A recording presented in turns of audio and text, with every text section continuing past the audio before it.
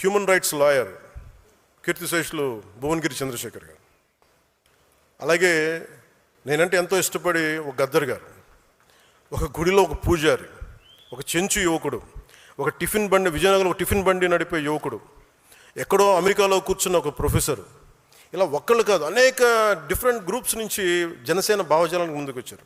నా దగ్గర ఉన్నది ఒక సమూహం, అది ఒక సేన, ఆ నిబద్ధతతో కూడిన సేన. దానిని నేను పార్టీని ముందుకు తీసుకెళ్ళాలి. ఎలా తీసుకెళ్ళాలంటే ఫస్ట్ భావమే కాబట్టి ఆ భావాన్ని బలంగా పట్టుకునే వాళ్ళని ఫస్ట్ వాళ్ళ ముందు ఈ సమూహం ముందు ఉంటారు. వాళ్ళని నేను ఈరోజును జనసేన రక్షాదళ్గా చూడాలనుకుంటున్నాను. జనసేన ఏ ఉద్దేశంతో అయితే ప్రారంభించబడిందో, ఏ ఉద్దేశాలనైతే దారి తప్పకుండా కాపాడే సమూహం ఇది. అవసరమైతే క్షేత్రస్థాయిలో పోరాటం చేసే సిద్ధాంతం బలం కలిగిన సైన్యం ఇది. వీళ్ళకి అనుసంధానమైందే వాళ్ళకి ఫుట్ సోల్జర్స్ బ్లాక్, అంటే భావాన్ని పట్టుకొని కూర్చునే వాళ్ళు, అలాగే ఆ భావాన్ని అవసరమైతే క్షేత్రస్థాయిలో నిలబడి పోరాటం చేయగలిగే వాళ్ళు నిర్వాహక్ దళ్. అలాగే దీన్ని ఒక పొలిటికల్గా ముందుకు తీసుకెళ్లాలంటే, ఒక పొలిటికల్ బ్లాక్గా చూడాలంటే పరిపాలక దళ్, అంటే రక్షాదళం, నిర్వాహక దళం, పరిపాలక దళం. ఒక ideological block, foot soldiers block and political block. ఈ పిరమిడ్ మీదే ఈ స్ట్రక్చర్ ఉండబోతుంది. జనసేన భావజాలాన్ని రక్షించే రక్షాదళం, జనసేన ఆలోచనలు క్షేత్రస్థాయిలో అమలు చేసే నిర్వాహక దళం, వీటిని పరిపాలనా వ్యవస్థలోకి తీసుకెళ్లే పరిపాలక దళం. నేను మెంబర్ టు లీడర్ అన్నప్పుడు నా ఉద్దేశం ఏంటంటే, ఇది అందరికీ ఒక వేదిక కావాలి. ఎవరైనా ఎక్కడి నుంచి అయినా సరే ఒక నాయకుడిగా ఎదగగలగాలి. అది పంచాయతీ నుండి పార్లమెంట్ వరకు కార్యకర్త నాయకుడిగా ఎదగడానికి అవకాశాలు ఉండాలి. కానీ సడన్గా ఎవరు తీసుకొచ్చారు, మా ఇంట్లో ఉంటాడు, నాతో పాటు చాలా క్లోజ్గా ఉంటాడు, వాళ్ళకి పదవి ఇచ్చండి, అలా ఇవ్వడం కుదరదు. ఎందుకంటే నాతో పాటు ఉన్న 10 మందిని కూడా నేను 10 ఏళ్ళు పరీక్షించాను. ముందుగా మీరు క్షేత్రస్థాయి కార్యకర్తలుగా ప్రయాణించాలి, తర్వాత నాయకులు అవ్వండి, నాకు ఎలాంటి అభ్యంతరం. But you have to go through the process. ఆ ప్రాసెస్ని పొలిటికల్ ప్రాగ్మాటిజం పోకూడదు, కోర్ జన సైనిక భావజాలం నింపాలి. చాలామంది నాకు చెప్తూ ఉంటారు, అన్న మీకోసం మేము పనిచేస్తాం, పార్టీ కోసం పనిచేస్తాం, మా పదవులు అవసరం లేదు, మేము క్షేత్రస్థాయి సైనికులుగానే ఉంటాం. కానీ మీలో కెపాసిటీ ఉంటే మీరు ఎదగాలి.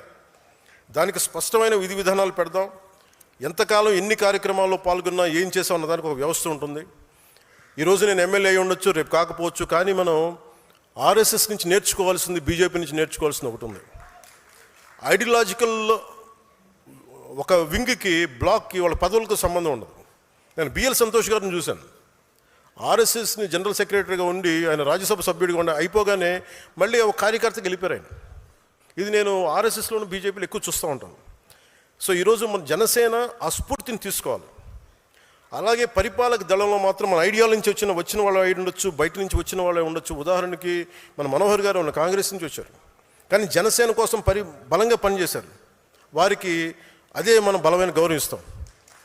అందుకే మెంబర్షిప్స్ కూడా సాధక్, ఉద్యమి, ప్రదాత అని పెట్టినట్టే ఈ విభాగానికి కన్వీనర్స్, కో కన్వీనర్స్ ఉంటే వారికి సంధాత అని పేరు పెట్టాం. విభాగాలు ఉన్నాయి. ఝాన్సీ వీర మహిళా విభాగం, Sevadal, legal wing, Shataghni digital regiment, logistics wing, అది ప్రోగ్రామ్ కమిటీస్. ప్రతి విభాగానికి ఒక ఇన్ఛార్జ్ ఉంటారు. ఆ విభాగానికి మనం పెట్టే పేరు సంధాత.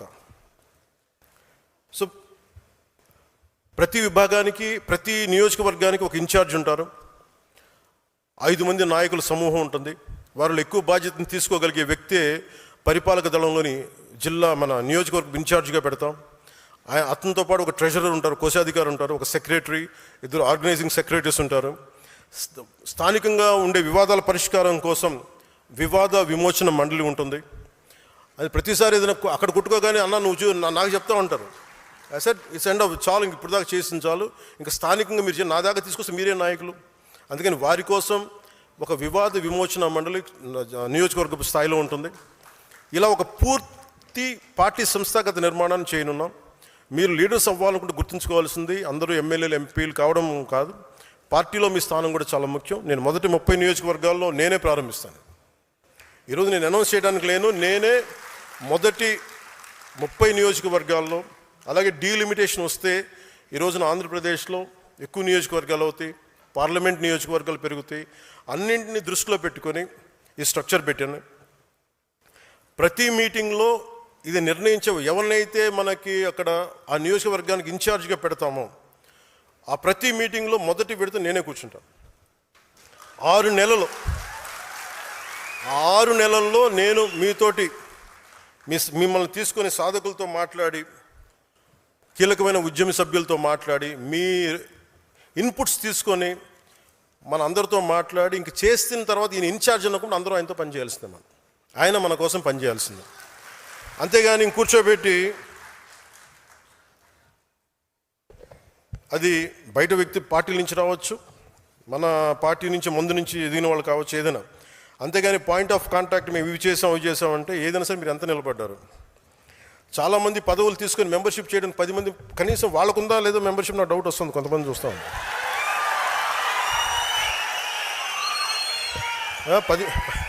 10 మంది మెంబర్షిప్, 10 మంది మెంబర్షిప్ని కూడా చేయలే. మీరు అంత మొహమాట పడితే మీరు నాయకులు ఎలా ఎదుగుతారు?